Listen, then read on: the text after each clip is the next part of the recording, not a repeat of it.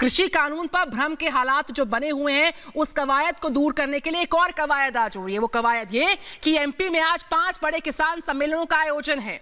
नरेंद्र सिंह तोमर की दिल्ली से मध्य प्रदेश के लिए रवानगी हो चुकी है।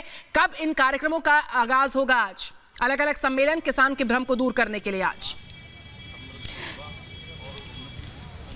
देखिए निधि, ठीक 1 घंटे बाद यानी 12 बजे इसी मंच से नरेंद्र सिंह तोमर किसानों को विश्वास दिलाने की कोशिश करेंगे कि जो भ्रम की स्थिति यहां पर बनी हुई है कृषि कानून बिल को लेकर के, उसमें किस तरीके से वो बातें हैं जो मजबूती के साथ लागू करने की सरकार की कोशिश है। ये मंच तैयार हो रहा है और यहाँ पर सामने किसान होंगे, बड़ी संख्या में जो किसान होंगे वो मुरैना, दतिया, शिवपुरी, यहाँ से वो किसान मौजूद होंगे जिनको ये बताने की कोशिश होगी कि वो किसी भी भ्रम का शिकार ना हो। और हमारे साथ बीजेपी के जो नेता है वो भी इस वक्त जुड़े हुए हैं। किस तरीके से विश्वास दिलाने की कोशिश होगी किसानों को कि भ्रम का शिकार ना हो? देखिए, एक चीज़ और है, जो विपक्ष किसानों को गुमराह करने का काम कर रहा है। धीरे धीरे हमारे किसान भाइयों को पूरी तरह जो किसानों के हित में जो कानून बना है उसके बारे में समझने का जो अवसर मिला है, धीरे धीरे निश्चित रूप से किसान भाई उस कानून पर विश्वास करेंगे, भरोसा करेंगे और नए कानून में जो भी प्रावधान किए गए हैं वो किसान हित के लिए और आने वाले समय में निश्चित रूप से किसानों की आय दुगनी होगी। लगता है इस मंच से जब कृषि मंत्री नरेंद्र सिंह तोमर किसानों को संबोधित करेंगे तो वो भ्रम की स्थिति दूर होगी, वो विश्वास बनेगा? बिल्कुल, इसलिए कि कोई भी ये व्यक्ति हो और अगर किसी को बरगलाने का काम करे, विपक्ष जो बरगलाने का काम कर रहा है सच होता है। और आज इस फूलबाग मैदान में किसान भाइयों को सच्चाई से अवगत कराया जाएगा। हमारे देश के कृषि मंत्री, कहाँ के किसान शामिल होंगे इस सम्मेलन में? कहाँ के किसानों की मौजूदगी देखने को मिलेगी? किसान सम्मेलन में ग्वालियर और चंबल संभाग के किसान आएंगे और सभी किसान भाइयों को हमारे कृषि मंत्री नरेंद्र सिंह तोमर जी, राज्यसभा के सांसद ज्योतिरादित्य सिंधिया जी भी संबोधित करेंगे। मान के चले कि यहाँ से जो संबोधन होगा उसकी जो एक कोशिश है वो दिल्ली में देखने को मिलेगी और आंदोलन खत्म होगा, क्योंकि आंदोलन का 21वां दिन है आज। बिल्कुल सही है। अगर कानून सही नहीं होता, कानून अगर किसान हितैषी नहीं होता तो ऐसे कार्यक्रम का आयोजन नहीं होता। सच्चाई ये कि आने वाले समय में इस कानून के माध्यम से किसानों की प्रगति और उन्नति होगी निश्चित रूप से।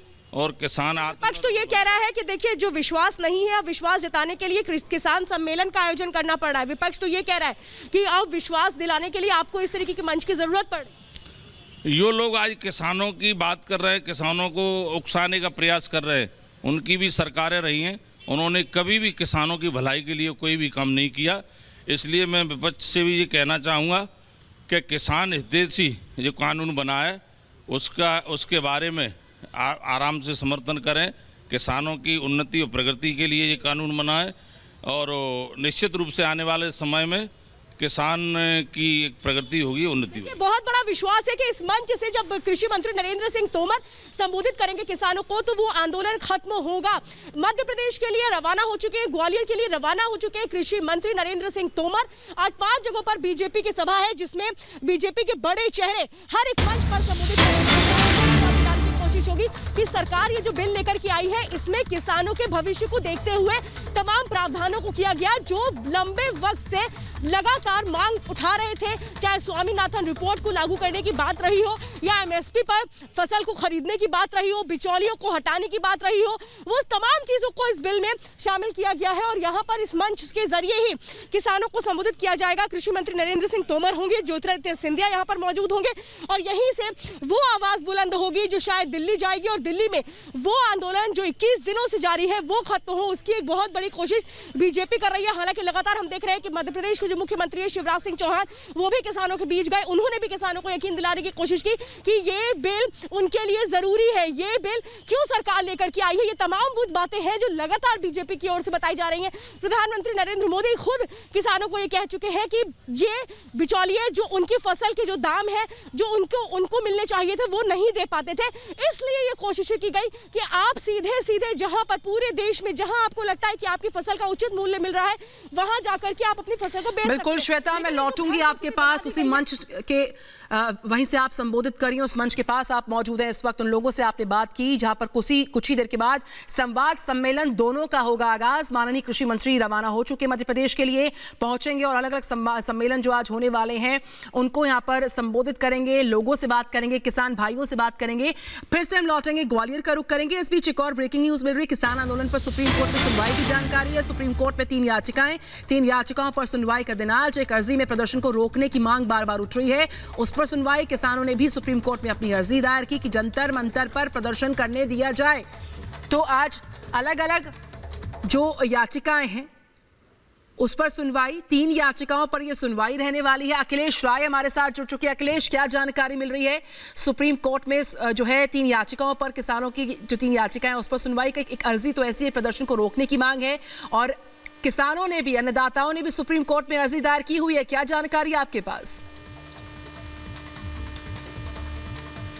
देखिए, ये 11:30 बजे जब चीफ जस्टिस की बेंच बैठेगी उस समय उसमें सुनवाई होगी और 24, 25, 26 तीन ये आइटम है जो 24 नंबर, 25 नंबर, 26 नंबर पे ये लगे हुए हैं। और हम आपको बता दें कि ये करीब 12 से 12:30 के आसपास इस मामले पर सुनवाई होगी।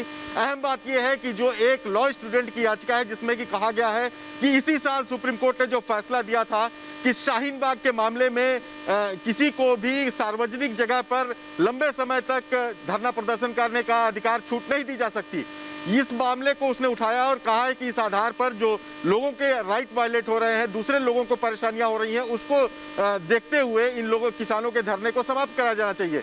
लेकिन सवाल यह है कि जब क्लियर कट फैसला दिया गया है सुप्रीम कोर्ट की तरफ से और उस फैसले में यह भी कहा गया था कि सरकार को अदालत का मुंह नहीं देखना चाहिए था, कानून के मुताबिक इन लोगों को जो सार्वजनिक जगहों पर प्रदर्शन कर रहे हैं उनको हटाना चाहिए था। लेकिन अदालत के सामने आज एक बात यह भी है कि सरकार लगातार इस बात की कोशिश कर रही है, कई किसान संगठन सरकार को समर्थन दे रहे हैं, उनकी बातों से सहमत हैं। ऐसे में कोर्ट क्या ऑब्जर्वेशन देता है, कोर्ट इस पर क्या कहता है, ये देखने वाली बात अहम होगी। ऑब्जर्वेशंस पर नजर रहेगी। अखिलेश, आप सुप्रीम कोर्ट में बने रहिए, हम फिर से लौटेंगे आपके पास। कुछ ही देर में सुप्रीम कोर्ट की सुनवाई शुरू होने वाली है। 11:14 हो रही है, कुछ ही देर के बाद ये सुनवाई शुरू होने वाली है, जिसका जिक्र हमारे संवाददाता सुप्रीम कोर्ट से जो लाइव रिपोर्ट कर रहे हैं अखिलेश राय वो कर रहे हैं। ग्वालियर से श्वेता त्रिपाठी मेरे साथ लगातार है, उस मंच पे थी श्वेता जहां पर कुछ ही वक्त के बाद माननीय कृषि मंत्री जो है मौजूद होंगे। सामने की देश का अन्नदाता होगा, मध्य प्रदेश के अलग अलग जिलों से, गांव से अन्नदाता पहुंचेगा। जो भ्रम के हालात बने हुए हैं उसको दूर करने की एक नए दौर की वार्ता, एक नया संवाद सम्मेलन के जरिए आज होगा। मैं आऊंगी श्वेता आपके पास। इस वक्त चिल्ला बॉर्डर से जितेंद्र मेरे साथ लगातार है, राजस्थान बॉर्डर से अमरदीप मेरे साथ हैं और साथ ही साथ सत्य विजय इंदौर से मेरे साथ। सत्य विजय, आपके पास आती हूं। आज का दिन भी बहुत खास है। एक तरफ किसानों की मोर्चाबंदी का 21वां दिन है। दिल्ली में बॉर्डर जान, समाधान निकलने को राजी नहीं है। कई दौर की वार्ता अब तक विफल रही। प्रधानमंत्री की कैबिनेट की मीटिंग आज है, उसमें किसानों पर चर्चा होगी। तो वहीं मध्य प्रदेश में आज सम्मेलनों का आगाज होने वाला है। क्या लगता है आपको, क्या बन पाएगी बात? क्या भ्रम की स्थिति खत्म हो पाएगी किसानों के बीच जिनको संवाद भी नहीं सुलझा पा रहा अब तक? सत्य विजय। यहाँ देखिए, मैं इस समय कुछ ही देर में उस जगह पहुंचूंगा इंदौर में जहां पर कि किसान सम्मेलन होना है। और सबसे बड़ी बात यह है कि मध्य प्रदेश में 2 दिन का यह जन जागरण अभियान चलाया जा रहा है किसानों के लिए। कल भोपाल और इंदौर में था, आज ग्वालियर में है, रीवा में है, जबलपुर में है, इंदौर में है। इन सब जगह पर भाजपा के दिग्गज नेता हजारों किसानों को संबोधित करेंगे और उन्हें बताएंगे कि किस तरह से नया कृषि कानून जो है किसानों को मजबूती प्रदान करेगा, किस तरह ये नया कृषि कानून जो है वो किसानों को आर्थिक तौर पर और दृढ़ बनाएगा। इसके अलावा ये भी